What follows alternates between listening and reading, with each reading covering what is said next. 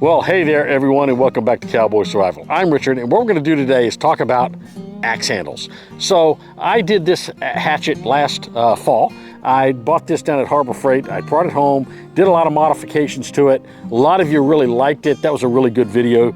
And I'll put the link to it down below if you want to go watch how I did that. But I also got some suggestions and criticisms about this, how I did this. And so I'm going to do another one later this spring with this hatchet, where I'm going to take it and integrate all the suggestions I got. But one of the criticisms I got with this particular hatchet was about the wood grain. There's two big things about it that aren't real good. First of all, the grain along the spine isn't really good, and the grain right at the end is not very good. So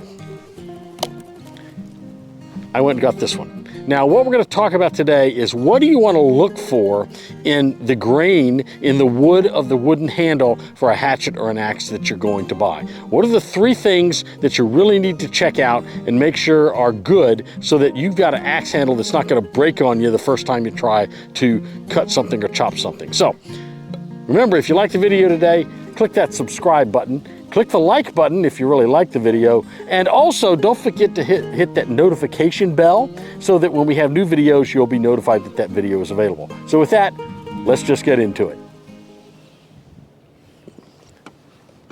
So contrary to what some people might think, the wood that's in the handle and the grain in that wood is going to be very important when you're selecting a hatchet or an axe. You want to make sure that the grain is such that the axe is not going to break easily. The grain is running the way it ought to, so that you get maximum strength out of the wood. So we're going to look at three aspects of this axe handle. We're going to look at the wood grain that's along the spine.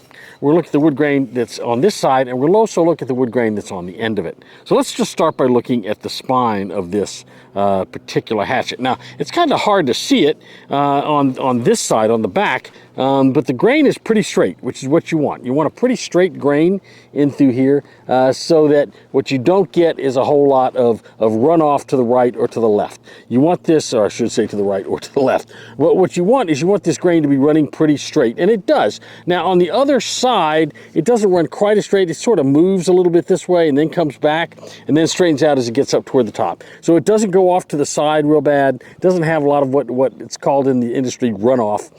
So it's going to be fine. This grain is nice and straight this way.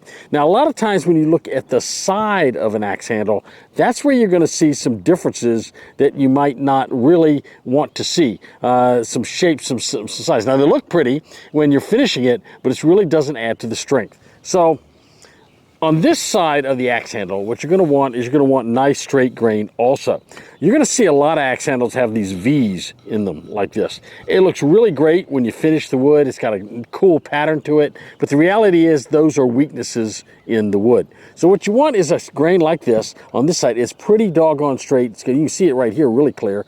Runs all the way up. All these grains run really straight. I mean, they're not perfectly straight, but they're pretty straight. This one here is the worst one. Sort of goes off to the side, but when it gets up to the top, where most of the stress is, you're okay. This is where the handle is going to be, down here at the bottom. You're not going to get a whole lot of breakage down here. Where you're going to get a lot of breakage is up in this area when you strike things. And this is a nice, strong look to that grain. Now, there are a couple other things you want to look for when you're looking at the axe handle, and that's at the ends of the axe handle, okay? So this end is going to be where you're going to be putting in your stays to spread that out and make that axe handle stay inside the eye of that hatchet. Now, in this case, when you look at this, you can see this grain runs pretty well this way. You don't want the grain running crossways. You want it running as much as possible up and down, and this one does. You can see it much better in the end of the handle. When you look at the end of this, you can see this grain. Now, this grain is kind of interesting. It starts out, it basically runs not straight up and down, but it runs at an angle. Now, you're okay running at an angle as long as it's not more than what I understand to be 30 degrees. So you don't want 45 degrees or 90 degrees. The last hatchet I did, the grain in that handle ran completely 90 degrees this way. That's bad. I mean, it was running 90 degrees this way. It was just like, really, I had somebody say this is one of the worst axe handles he'd ever seen in the other video, and when I got to looking at it, you know, he was kind of right. The grain this way was pretty good. The grain this way was okay, but it had a little bit of run out. This was really bad. on the other video. So what we want to do is make sure that when you're going to pick out your axe handle, look at these three things. Look at the straightness of the grain on the spine. Look at how straight it is this way. You don't want to see a lot of V's in that wood. And also look at the end of that to make sure that the grain is running either straight up and down or no more than 30 degrees one way or the other. That'll add a lot of strength to that axe handle. A lot of companies who make these axe handles, they have a lot of rejects that they get in. They have to throw out or throw in the fire or something. This one isn't too bad. It's the best one I could find at Harbor Freight when I bought this hatchet. So I think I'm going to be happy when I modify this. So in one of my videos this spring, I'm going to take this hatchet. As I said, I'm going to modify it using most of the modifications that were suggested in the video that I did last fall. It should be a lot of fun to see if those suggestions from all the experts, or those who thought they were experts, to see if their recommendations actually make this turn out better than what I did. Okay, so there you have a short tutorial on what to look for when you're getting an axe handle for a hatchet or an axe. Now, I'll just be honest with you, it's more important for an axe than it's going to be for a hatchet. The hatchet, the grain is not going to be as likely to split like it would be in an axe. Most of the axes I've seen, when they split like right down along in here, right? That's where they tend to split.